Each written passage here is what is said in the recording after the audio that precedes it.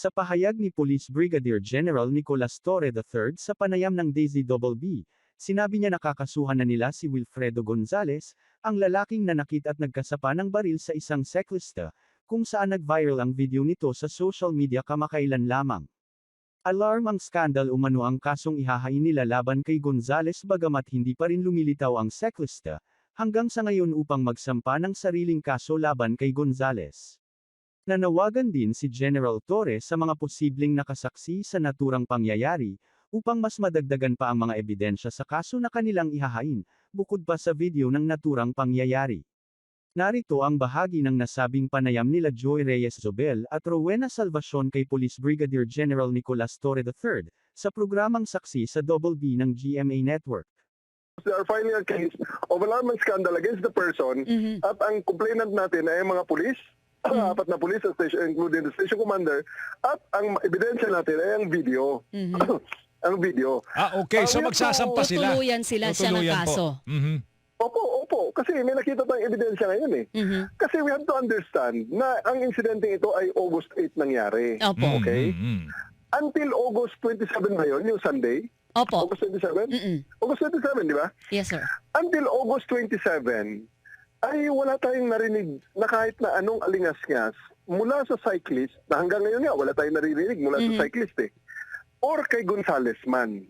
Diba? So, kasi nga, ang claim nga ni Gonzales na nagkasundo na nga sila nung cyclist, wala namang narinig pa at wala namang video na ipinakita nung oras na yon. Noong August 27 lang, biglang pumutok sa social media itong insidente sapagkat may nag-upload na vlogger sa social media doon sa insidente na nangyari noong August 8. So in light of those evidences, so we're filing now the case of alarm and scandal. Kasi kung yan ay nalaman lang natin noong August 8 mismo, di final din natin at pagkatapos hindi na natin kahit na aragno pa or whatever, mag-iba siguro ang istorya kung nandyan yung video na yan noong August 8. But it appeared at 19 days later, di ba? So, naging ganyan ang nangyari. Okay. Jen, hindi ba belated ito? Kasi parang ang impression kasi, doon daw sa police station, tinulungan pa nung mga, siguro may mga kakilala. May mga kakilala si Gonzales. Dahil dating police. Tinulungan pa raw na paareglo yung siklista. At yung siklista pang pinagbayad. Opo. Mga reaksyon. Huwag nating kalimutan ang ating mga police stations ay medyo ang police stations ng Quezon City Police District ay intelligent police stations. Wired yan. May CCTV dyan. May CCTV dyan na may mga audio. Baka naman hindi mapanindigan ngayon ng mga nag-aakusa ang kanilang sinasabi. I'm just clearing it with the Chief PNP right now. Kasi ang Chief PNP natin ay guest dito sa aming PSA. Kaya hindi ako masyadong nakakasagot kaagad. Sapagkat may mga practice kami ng parade at ako nasa parada, kasama sa parada. In due time, we will show na yung mga accusations na yan ay hindi totoo. Na ang ating mga police acted professionally dito sa case na ito. Hindi tingnan nyo hanggang ngayon, kahit na andyan na, if-noise na ng abogado, ng isang dikampanilyang abogado, in-offer na witness protection program, pero hindi mapalabas yung tao. Diba? Hindi mapalabas ang siklista. Hanggang ngayon.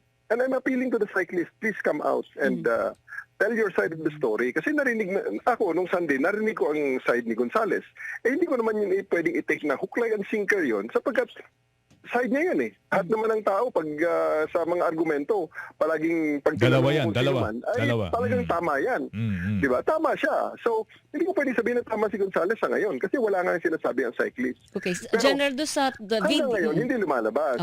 So, ako, I just would like to, hanggang ngayon, ang hindi niya paglabas ay isa rin niyang option at isang legal na choice niya yan. And I would like to respect that option until now na kanina may mga abogado na naman the mga lawyers na nagpapa-interview na nagsasabi na talagang hindi nga nila mapalabas yung tao. Okay. General, kasi may info na tatakot daw po. Yung QCP, di ba, handa kayo mag-alok ng security sa kanya para lang lumantad siya, magsalita siya, makipag-cooperate siya sa mga otoridad. Actually, ang lawyer niya, si Atty. Fortune kanina, on another interview, is already offering the witness protection program of the DOJ. Kasi classmate niya nga raw, si Secretary Remulla. So, it can't get any better than that, di ba? Kung may somebody na gusto ang security, nobody will beat WPP. very few people can say na they are better than the WPP, no? Very few people can say that because WPP is the top notch na yan. Wala na tayong kahit na QCPD hindi pwedeng magsabi na mas magaling pa kami dyan sa pag-protect ng witness. And he was already offered that by Attorney Fortune. Okay. Bakit ayaw niya lumabas? Baka naman may mga personal siyang reasons talaga. Opo. Or baka naman talagang hindi siya, baka, di ba, dapat mapalabas siya. Alam naman ni na Attorney Fortune ang kanyang contact number eh. Bakit hindi siya kumbinsin ng taong bayan na ilabas niya ang kanyang side of the story para magkaalaman. Okay. General, yung po ilalabas ninyo soon na video do sa Galas Police Station. Humingi lang po kayo ng clearance, hindi po ba? It would show na hindi siya nabigyan ng special treatment o VIP treatment doon sa station nung isinasagawa pong investigasyon na ito. Ang pinaka-importante rito na gusto kong ilabas, i-clear ko lang, na hindi totoo yung sinasabi na nanginginig sa gutom, ay may kinaladkad ng pulis, yung mga ganon. Those kind of words, very inflammatory and very unfair naman sa ating mga pulis na nagtatrabaho lamang. Na during the time naman kaya nga sila hindi na nag-file ng case dahil wala silang complainant Pero despite that makita mo naman ang wisdom ng ating station commander. Pinaiwan niya yung baril para ma-preclude ang kung ano man na alingas-ngas na further sa kalsada dahil siyempre may mga kamag-anak na nakakaalam. Hindi natin alam, sabi niya, hindi naman natin makontrol ang mga kamag-anak diyan. Baka nagkasundo itong dalawa, ang mga kamag-anak hindi pa. Mas maganda na yung, iwanan mo muna yung baril at balikan mo lang pag malamig na ang lahat. Dahil wala namang complaint ito, wala tayong magawa. Hintayin namin ang pagbabalik mo. Unfortunately, yung kaso hindi pa binabalikan para i-retrieve yung baril. Eto na, lumabas na yung video at nagka-letse-letse na ang kanyang LTAP. So tuluyan ang hindi na ibigay sa kanya ang baril niya at ngayon ay ginawa pang ebidensya sa pagpa-file nung alarm and scandal against sa kanya ngayon sa prosecutor's office. Okay, yung pong kaso ninyo na alarm and scandal, tatayo yan kahit walang side ng victim. Pulis lang ang pwedeng testigo dito, yung video, sasapat na po ito.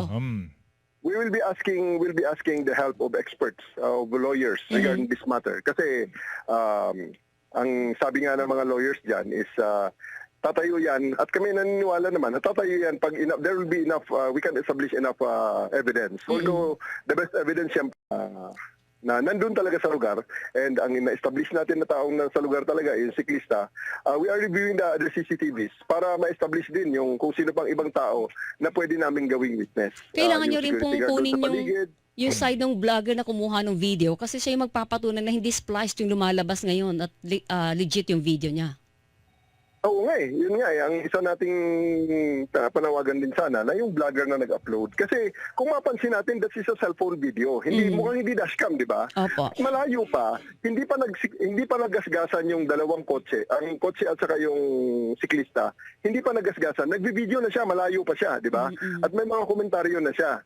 So, it indicates na meron siyang prior na alam. May alam siya na prior na incidente between the two. Na alam niya magkakaabutan. Hindi, nakita niya na, kaya niya kinuna na at nagkaroon na siya ng interest dahil nakita na niya may altercation So, sinundan na niya, So, alam ganun niya na na may nangyari. altercation prior. Prior, dun sa tutupan, di ba? Tama. Yun yung mas maganda siguro na matanong din siya at mailabas yung buong video para malaman kung ano talaga ang punot dulo nito at sino nagsasabi ng totoo.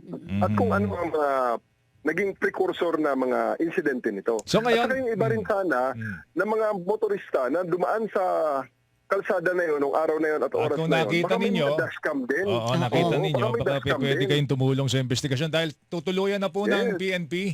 Ito pong QCPD, ito pong si Ginoong Gonzales.